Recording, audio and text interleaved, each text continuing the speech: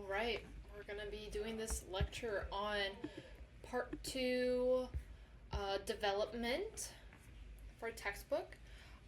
In this part of the textbook is going to be chapters 6, 7, 8, 9, 10.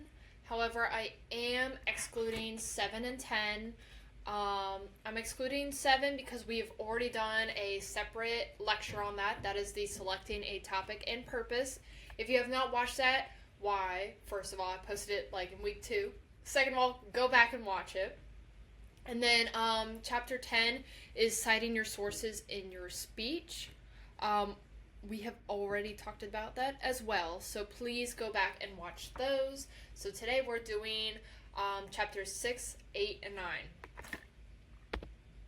So for our topics, 6, 8, and 9, those chapters, we're going to be discussing analyzing the audience, developing supporting material, and finding credible sources.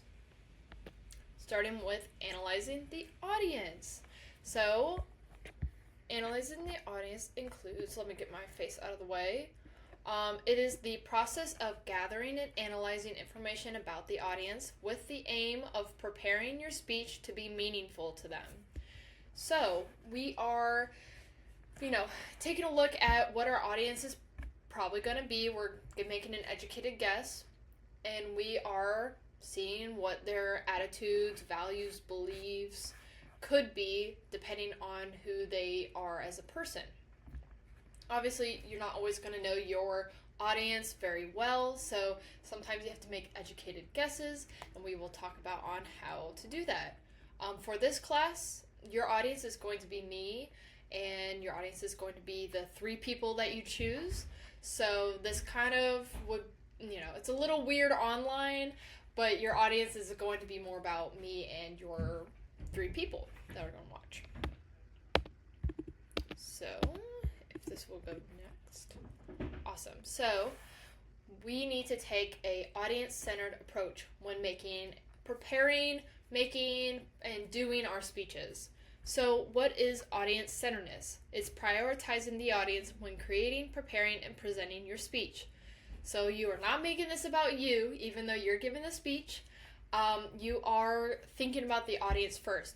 What are they going to care about? What are they going to listen to? What are they not going to listen to? How can you best get their attention? So things that you need to ask yourself is, first, who is my audience? This would be me. This would be your people in front of you, whoever you choose. This could also be classmates.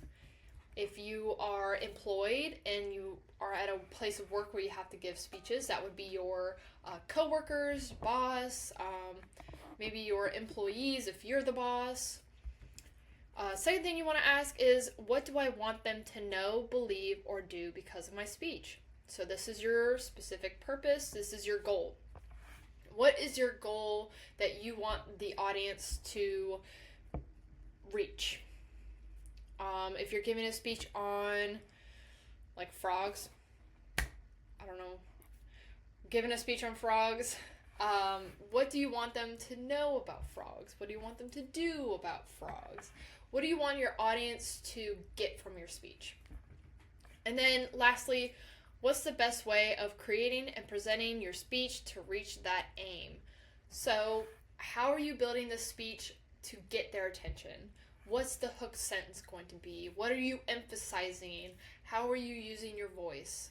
Things like that. So, the psychology of audiences. With audiences, one thing that we all have in common is that we're all human, and so our psychology is pretty much the same. Auditory perception is selective.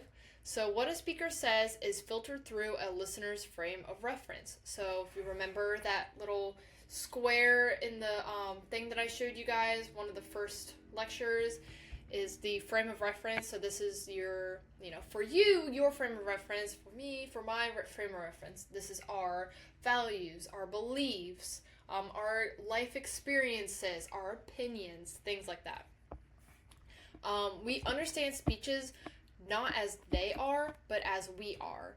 So if you're the listener and you're listening to a speech, you are not going to always interpret it the same way as the speaker wants you to. You're going to interpret it how you do, because you are a different person, and being unique means that you have your own frame of reference that you filter everything through. So as a speaker, we have to understand that our audience is going to understand it as they want to understand it.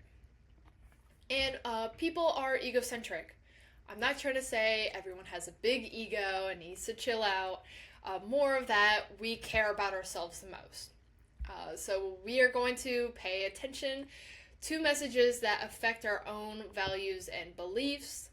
So if there's, some sort of issue that you as the speaker are really passionate about, your audience is not always going to be passionate about that as well. Actually, you have a pretty good chance of the audience not agreeing with you on a point.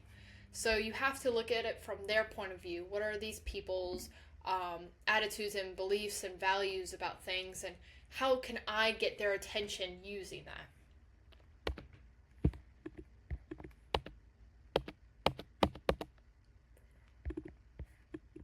Okay, there we go. So what does this mean for you as the speaker? Well, first of all, your listeners are going to hear and judge what you say. No matter what, they will judge, and not in the judgy way of, that shirt is so bad. More of the, do I agree with this? Do I not agree with this? Do I like this topic? They're going to think for themselves of how they feel about your speech. And two, you need to relate your message to your listeners. So this bringing it back around to our audience centeredness, we are making it for the audience. We're preparing our speech and doing it for the audience. So how do I relate the message and the goal that I want to give to audience? So for example, as the teacher, my message for this lecture is being audience centered and using your voice. How do I relate this message to my listeners, which are you guys? I would relate this in that this is the class that you are currently taking, and you can use this in your outside life. So if you're taking other classes, you can use this for other classes as well. You can use this for your work life, future life, giving an impromptu speech, anything. So this is how I would relate it to you guys, for example.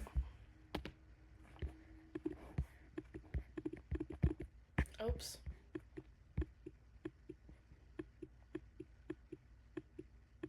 Oh my gosh. I went all the way back. Hold on, you guys. Okay. So, two types of audience analysis. There are two different types. There is demographic audience analysis and there's situational audience analysis. Demographic audience analysis is analyzing your audience based off of their demographic traits. This includes their age, religion, racial/ethnic/cultural background, their gender identity, its sexual orientation. Of course, some of these things you can tell by looking at someone. So if you look at me, I hopefully present myself well as a woman.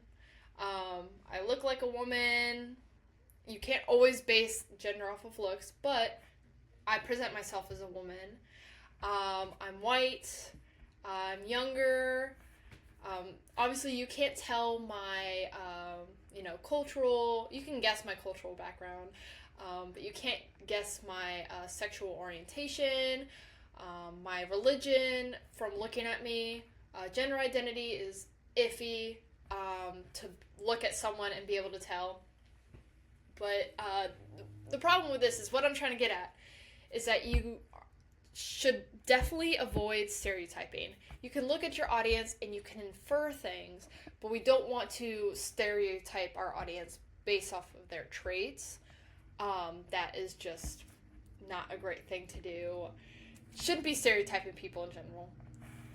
And then for our other audience analysis, situational, this is analyzing the audience based off of the situation. So the situation can be the size of the audience, physical setting of the speech, and the audience's dispositions towards the topic, the speaker, and the occasion. So, for example, if you have a big speech versus small, or a big audience size versus a small audience size, you're going to want to change the way you talk. For a small audience size, you can make things more niche. So, if you were giving a speech on frogs to a high school biology class where you just dissected frogs, then you can make it pretty niche because you guys just went through all the technical stuff about the body and innards of a frog. But if you were talking to a large audience, you would have to make it more broad so more people can understand. Physical setting of the speech. For example, on the computer, that is my physical setting, is in my little office, staring at the computer. Not my favorite, but analyzing the audience based off of this means that I have to keep myself visible and be able to show you guys my slideshow, make sure there's nothing in the back that's too distracting, things like that. And then disposition towards the topic and the speaker and the occasion.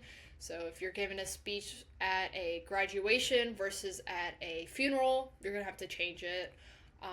If you are giving a speech on a controversial topic, which isn't always great to do, but if you're giving one on a controversial topic, you're going to have to understand that half the audience is going to not like you and not like your topic, and half the audience is going to like you and like your topic. So it depends on the situation. This is how we're analyzing our audience.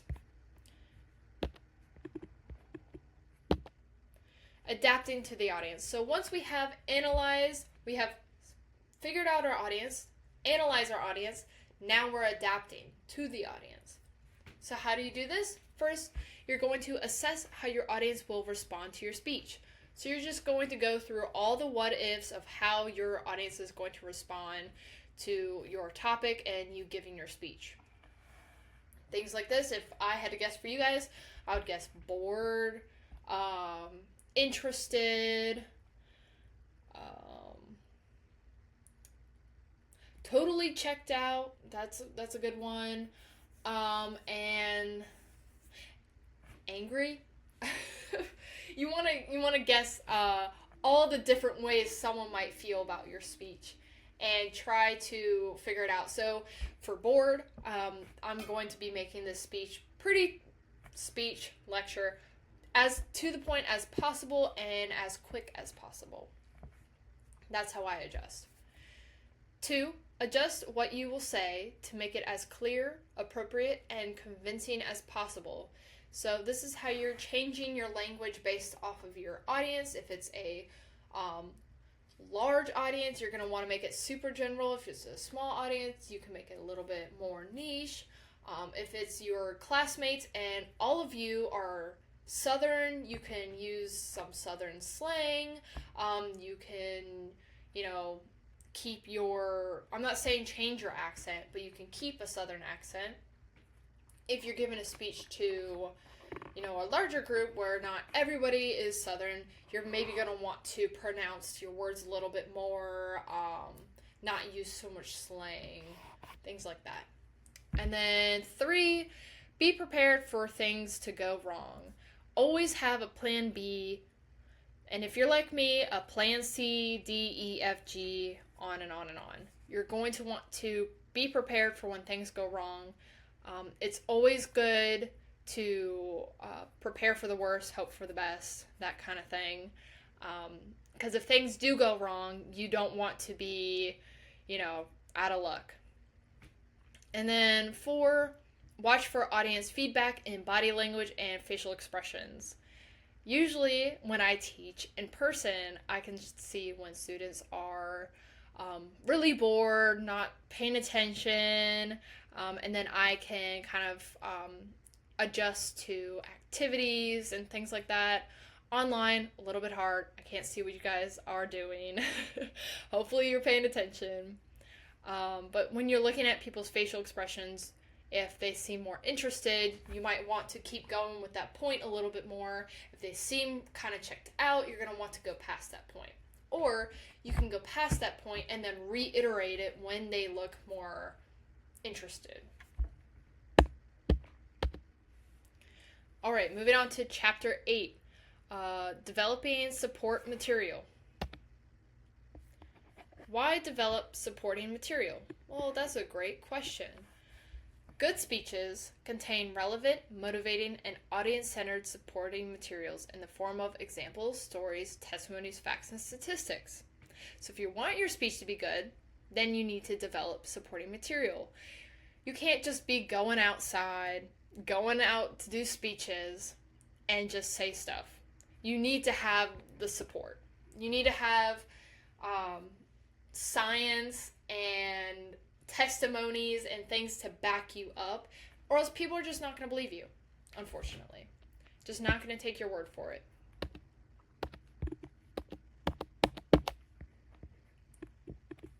Okay, there we go.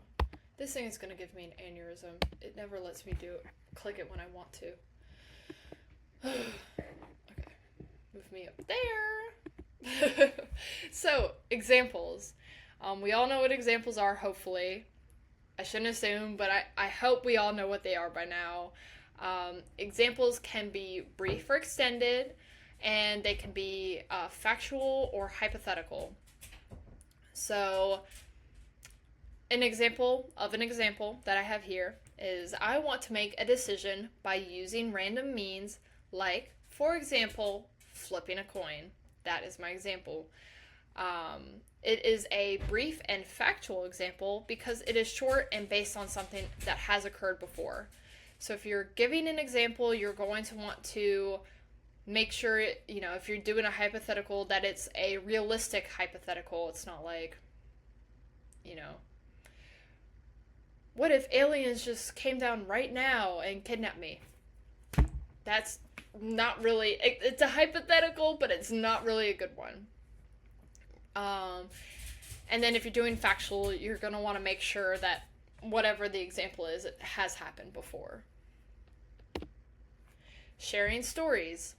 Stories need to be brief but descriptive. You don't want your entire speech to be the story. A good story will contain the necessary elements. So that's protagonist, a problem or antagonist, and the conclusion. However, a great story is going to create an emotional connection between you and your audience. So if you choose a story, you're going to want to make sure that people in your audience are going to relate or feel an emotional connection to it. An example. On my first day of work, when I was trained enough to not need help, I was yelled at by a parent for 30 minutes on the phone.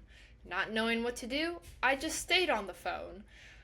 My coworker overheard the conversation and rescued me by hanging up the phone for me. This is true in my job here at Lynchburg. That did happen. So yeah, if you're giving a speech, in this I have me, I'm the protagonist, antagonist is that parent, and the conclusion is that my coworker helped me out. And I'm sure for some of you, that might be relatable. And that's how you create that emotional connection. If you do a story, you need to make sure that it is relevant to your speech. A testimony is a first-hand experience, eyewitness account, and people's opinions, both professional and not professional. So an expert testimony is information from a professional on what is being spoken about. A lay testimony is given by non-experts. So these are, my example is every time, I like tornadoes. I like following tornadoes and watching interviews and stuff about them. I personally don't chase them. I'm not that crazy, but it would be cool. But when you're watching the news and a tornado has hit, they're always going to interview people that have experienced a tornado. Most often you will see some sort of older woman and her shirt's kind of in tatters, hair's kind of in tatters, she's going to be like, it was crazy, the trees were flying. A little bit wild. Those are my favorite kinds of interviewees of tornadoes. That is a lay testimony. So that is just someone who has experienced it firsthand and can give their eyewitness account on what had happened.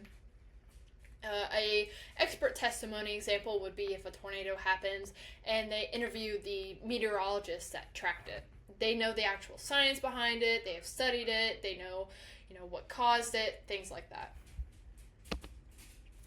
Facts and statistics.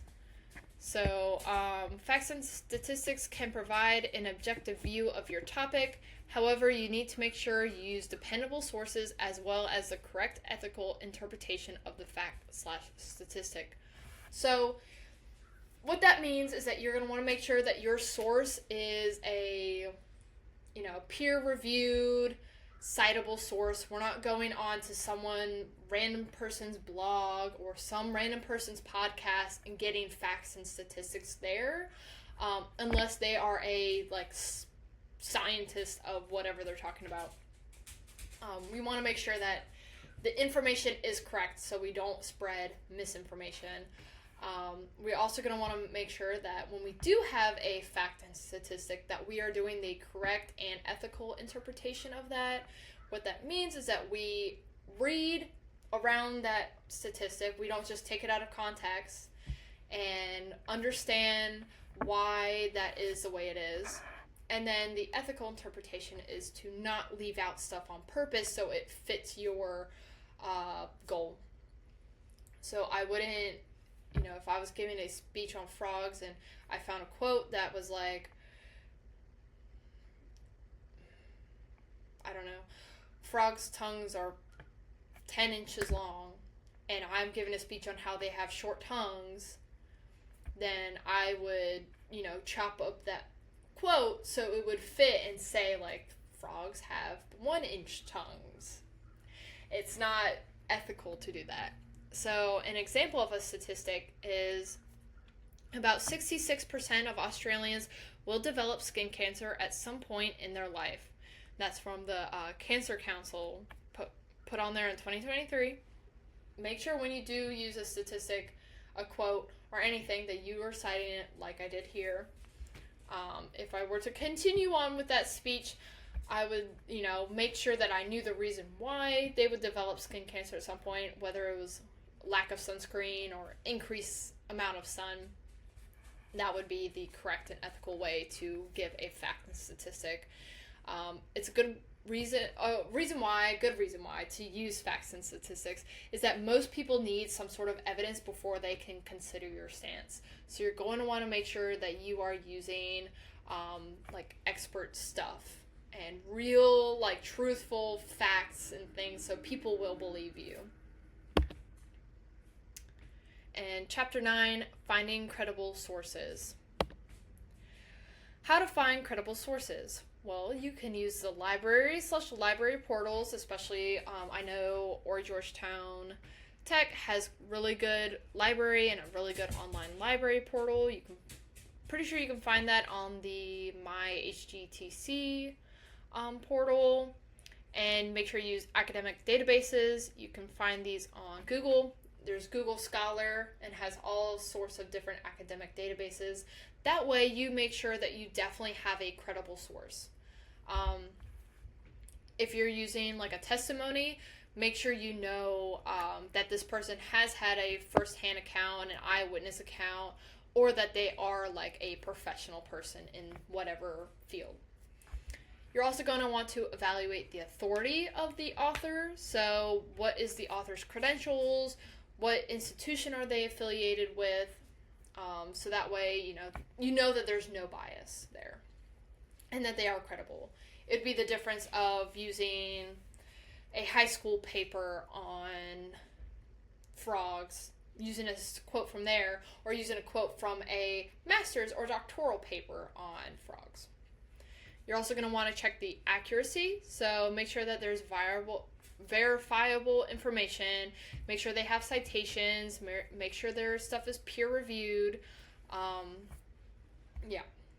You're just going to want to make sure one way to make sure that something is peer reviewed is going to the if there's a paper, seeing what journal it's published in, and going to that journal's website and making sure that it's actually a legit one that is peer reviewed. 4, make sure it is current currency. It's supposed to just say current. Make sure that is that all the information is up to date. So if you are using quotes and stuff, you won't want to use quotes more than 10 years old. That's kind of a good rule of thumb. That's what I use.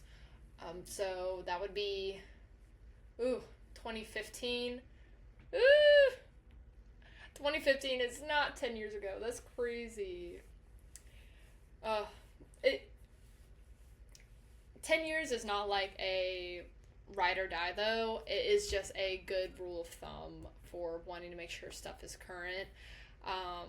I've definitely gone back as far as, the 90s, but it kind of depends on what you're researching on, but I will not get into that. You guys will not need to find sources for this class that are earlier than 2015, I suppose, if that's 10 years ago. Oh my gosh. And then 5, ensure the source is not biased. You're going to want to make sure that, the source is not biased. Especially if it's a political journal, you're going to want to make sure it's coming from a nonpartisan source. So we're not doing Fox, we're not doing NBC, things like that. Maybe like an AP News, that would be fine. But you're going to want to make sure that it's not a biased source.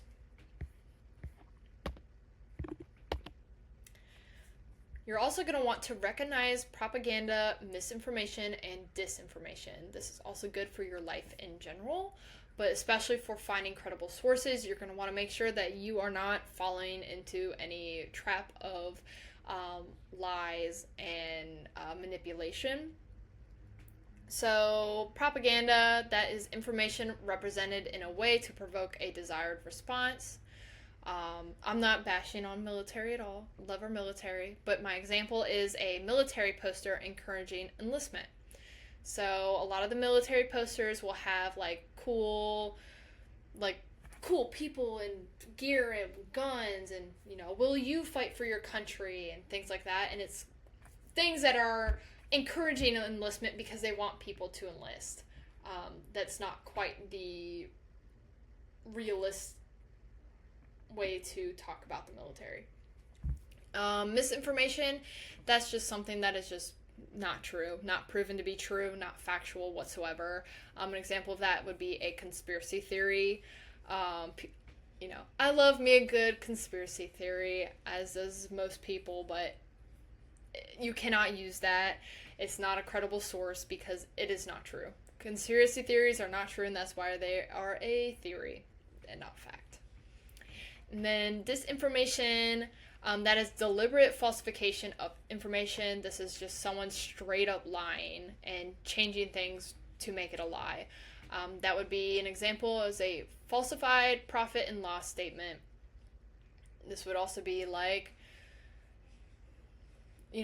falsified statistics, things like that. You're going to want to make sure that every single source, you make sure that it is a credible one and it's not spreading any sort of disinformation at all. Yeah, that is my speech for today. If you have any questions, or lecture for today, if you have any questions, let me know.